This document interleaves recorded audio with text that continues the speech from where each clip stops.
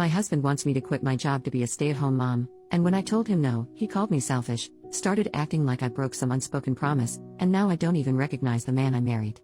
I, 30F, love my husband, 30M, and he's an amazing man, but we have flaws like everyone else. We both aged out of foster care and met at a youth fulfillment program, basically a work camp that helps kids with no families learn the fundamentals for living, finances, certificates, as needed. We were both 18 and stayed in contact after the program ended. He made it clear he liked me, but I was truly petrified of men at that point in my life due to past experiences and rejected him a bit harshly. I reached out to apologize and we became friends. Then a year or two later I saw he posted on Snapchat he was in my area. I asked if he would want to go on a date so I could practice being comfortable around guys and he agreed.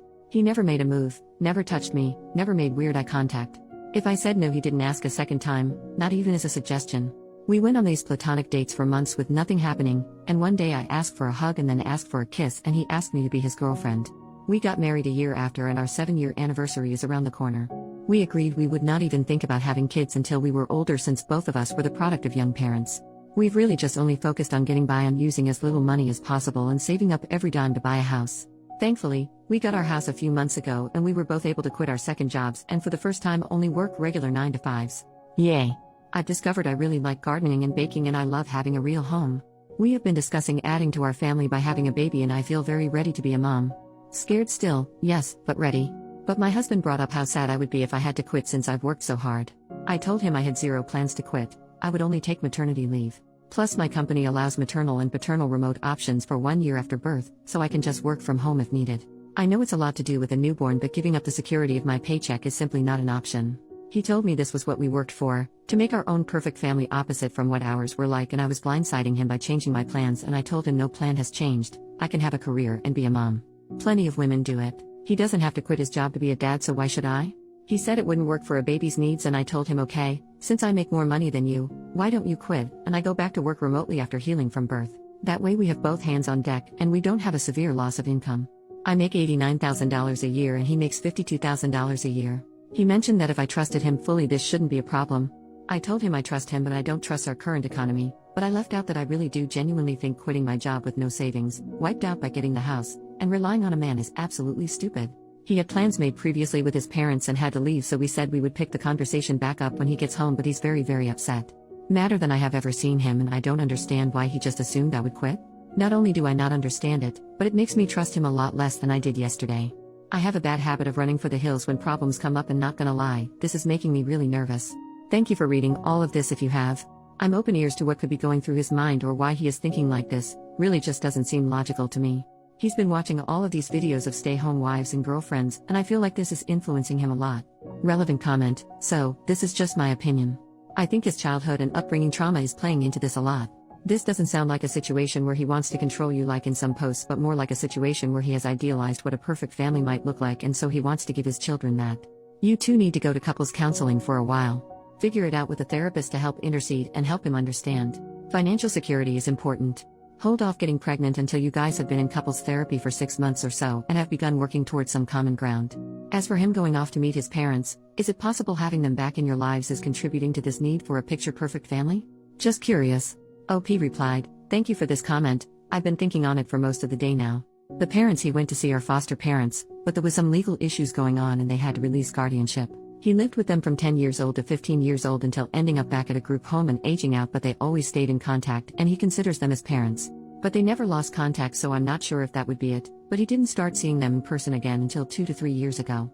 I've never thought he was controlling, but we have talked in the past about this type of thing and I have always told him I would never want to be a stay-at-home mom. Maybe, at most, until they're in elementary if he was making a lot more money but we're not at the income level or networking level where I can get away with having 5-year gaps in my employment. Neither of us has attempted therapy again, and most of our experiences were less than pleasant with child services counselors so I'll see if he's open to the idea.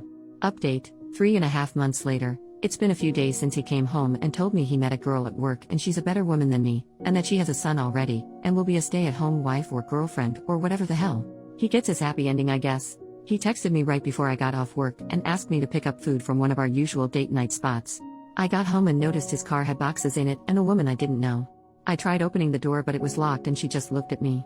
What little was left of our savings, he took. And both of our cats. I didn't see this coming at all. I haven't told any of my friends yet. His adoptive parents have been dropping me off food that I can't even force myself to eat. I haven't cried yet. I'm kind of still in shock. I wish I had a family to run to. But for now, the internet has to do. I haven't answered any of his calls or texts. He keeps trying to check in, ask if I'm okay. How the heck would I be okay? I never thought he would cheat. I asked him to promise if there was ever someone else he would just tell me as soon as he knew, but they've been together at least 6 months. So while he was calling me selfish for not wanting to put in my 2 weeks and be a stay-at-home wife, he was dating her the entire time. Planning a future with her the entire time. I feel stupid. I should have taken everyone's advice more literally. When I asked him to go to therapy, he wouldn't. His parents think he's having some type of mental break. I should have stayed afraid of him and avoided him. I should have chosen a better outcome for myself. I just feel like the same girl that no one wants to love anymore all over again. I know what he did isn't my fault. I know I could never stop him, and really, do I want a man who doesn't want me? Never. But that just doesn't stop it from hurting. New update, 10 days later. Really want to say thank you from the bottom of my heart to all of the people who reached out to me with well wishes.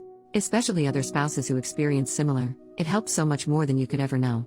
There has been a few things that have happened, and honestly I'm exhausted in every way possible, so the input from folks has really been useful in organizing my thoughts and keeping an open mind. I couldn't help it, but for days I compared us and wondered what the heck he could have been thinking, until I realized she's a carbon copy of his biological mother, or at least the stories he heard about her since she died when he was 5. I hate that I feel bad for him still, even after what he's done, but we offered him support for his thoughts. We urged him to go to therapy. I even offered to pay for it myself, and he was too prideful. I lost both of my parents too, at an older age with even more core memories with them, so it wasn't a boat he was in alone. But he chose to act like it was and wallow in self-pity. He called me on our 7-year wedding anniversary, minutes after midnight, whispering apologies and saying he feels so guilty. I asked for what, and he just said, well, you know what we're going through. I told him, no, it's what you're doing. We are going through nothing. I was abandoned by my husband, exposed to God knows what while you were screwing her and coming back home to me. We were still being intimate like every single day, so I made sure he knew just how disgusting I thought he was. Then he got pissed and told me he only started cheating because I couldn't follow his lead. Sir, look where you led yourself. Our entire marriage I pushed him career-wise. Hell, the job he is right now I applied to on his behalf. Meanwhile, I'm pretty sure he doesn't, or didn't even know what my full job title is. I pushed him to reach out to the adoptive parents when he started getting family obsessed, but neither of us were ready for a kid. He went on about how I broke my promise first when I decided I didn't want to be a real mom by not quitting. That I was turning his adoptive parents against him because they are refusing to meet his new girlfriend. He blamed me again and then had the nerve to say that this could all be put on pause if I can learn how to make decisions that benefit a family and not myself. I asked point blank if he was insinuating that we could get back together if I quit my job. He told me, yes, I will always love you, but you make things more difficult than needed. I hung up and blocked him on everything. Spent the rest of the night hugging wine in the bathtub and wondering what the hell kind of person I had been sharing my heart with. The next day he went public with their relationship, posting a photo to Instagram, and most of our mutual friends reached out, with my closest friends commenting not so kind things on the photo. As it turns out, he and his new girlfriend have been together for 7, almost 8 months. She is 20, her son is around 2. I reached out to her ex, the father of her son, who she had left to be with my ex-husband. She moved out in the middle of the day and took their kids, so he was just as blindsided, if not more, than I was. We met up and went for a walk, stopped by a bar. Literally cried, laughed, hugged each other, sang songs way too loudly and sobbed in public like a lunatic, but it helped so much. We also made sure to exchange evidence for any court battles. I'm a little iffy towards him for now, considering that they had quite the age gap. She was 17 when they met and he was 26. He said she lied about her age and they met at a college party, and then next thing he knew she was pregnant. He gave her money for an abortion, but she came back with baby clothes instead, so he tried to do the right thing and moved her in with him. Also, she's not actually allergic to cats. She just hates them. She also was very aware he was married and has been to the house multiple times. He admitted he had cheated on her before their son had been born, while she was pregnant, but that she didn't tell him she knew until after she had moved out with their son.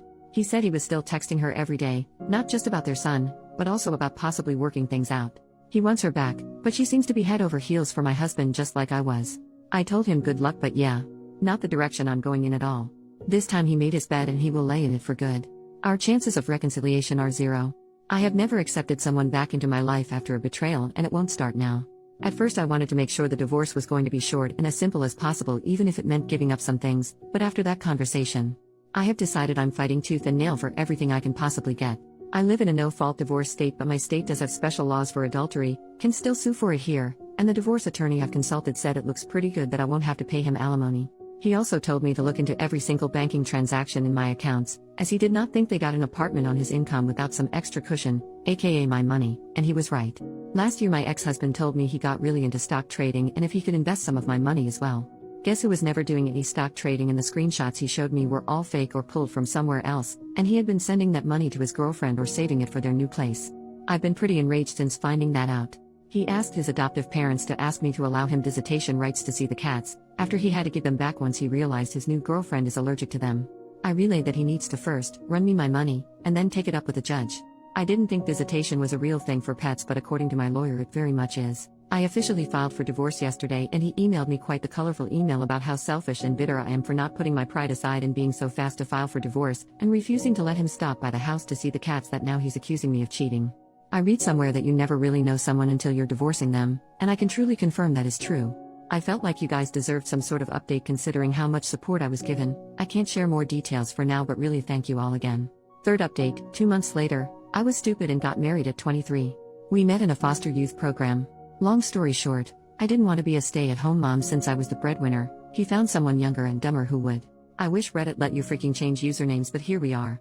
I had to pick up another job to make sure I'd be able to afford the house on my own, but when my regional lead for my main job heard about it, they gave me a promotion that actually cut down my work time and gives me more money. I still kept the second job. It keeps my mind busy. Most of my work days were spent in collars and heels, but the side job is a overpriced membership only gym that I definitely can't afford without my employee discount lol. I've had a few guys approach since I filed the divorce paperwork, but I just wasn't feeling up to it. And even though I stopped wearing my ring the day he moved out, I still felt guilty. Like I was betraying him. He was the only man I've ever been with, so spending a decade learning everything about one person, and now having to switch gears is really damn hard.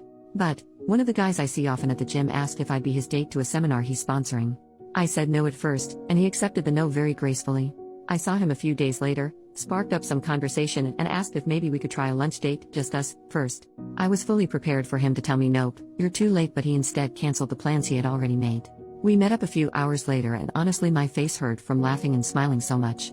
He's a pretty charming man and has a lot of random knowledge about safari animals that gives me the same comfort that watching animal documentaries does. He asked me out for a dinner date the next day, and when he let me know he was in my neighborhood earlier that day, I asked if he wanted to stop by and grab a breakfast sandwich before I left for work. I have a 9-year-old cat who hates like 99% of people, but she loved him and even let him touch her belly. He dropped me off lunch at work and we met up for dinner, and ever since we've been texting almost nonstop. I've never felt this comfortable with someone so fast in my life. It's scary, but I've already told him that we're separated. I haven't told him the nitty-gritty details, just that it didn't work out and we outgrew each other. But the seminar was this past weekend and I went as his date. It was a great night. I tried champagne for the first time, had the best conversations with some of his associates, and did a little professional networking too. The tomboy teenage girl I used to be would never believe this lol, but more than anything I'm grateful for the support of my friends, who got me through the tough nights so I could make it to the good ones. Only up from here, I guess?